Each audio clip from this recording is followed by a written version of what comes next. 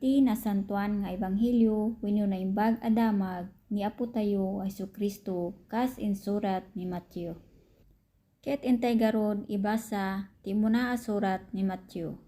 Iti kapitulo 1. Kapuunan ni Jesucristo. Iti umuna a surat. Kapuunan ni Jesucristo, anak ni David, anak ni Abraham. Ni Abraham pinutot na ni Isaac, ket ni Isaac pinutot na ni Jacob, ket ni Jacob pinutot na ni Juda, ken dagiti kakabsat na. Ket ni Juda pinutot na ken Tamar, da Fares ken ni Zara, ket ni Fares pinutot na ni Esrom, ket ni Esrom pinutot na ni Aram, ket ni Aram pinutot na ni Aminadab, ket ni Aminadab pinutot na ni Naason, ket Naason pinutot na ni Salmon, ket ni Salmon pinutot na ken Rahab, ni Boaz, ket ni Boaz pinutot na ken Ruth, ni Obed, ket ni Obed pinutot na ni Isai, ket ni Isai pinutot na ni Ari David, ket ni David pinutot na ni Salmon. Idi daydi babae nga asawa idi ni Urias. Ket ni Salomon pinutot na ni Robom, ket ni Robom pinutot na ni Abias, ket ni Abias pinutot na ni Asa, ket ni Asa pinutot na ni Josaphat. A kapututan ket mangrugi ken David agpapan iti pannakipanda sa di Babilonia.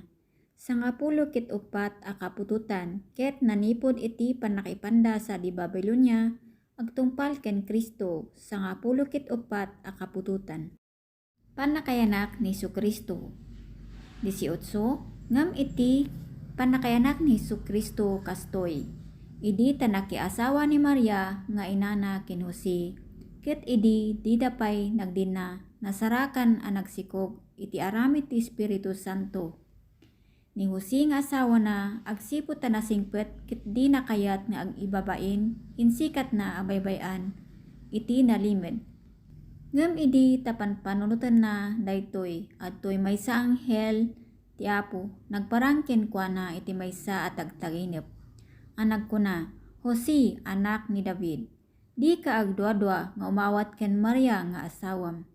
Ta tinabukel kenkuana aramid ti Espiritu Santo.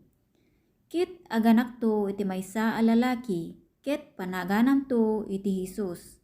Ta isu isalakanan to ti ili na kadagiti basbasol na. Ket amin daytoy naaramid ti tapno matungpal ti sinao ti Apo nga inaramat na di mammadto a kunana. Adto iti maysa a birhen agsikugto ket aganak to iti maysa a lalaki, ket panaganan to iti Emmanuel.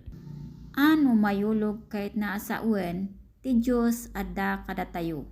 24. Iti kasta ni Jose idi anaka riing iti turog na. Inarabin na kas ti imbilin ti anghel ti Apo.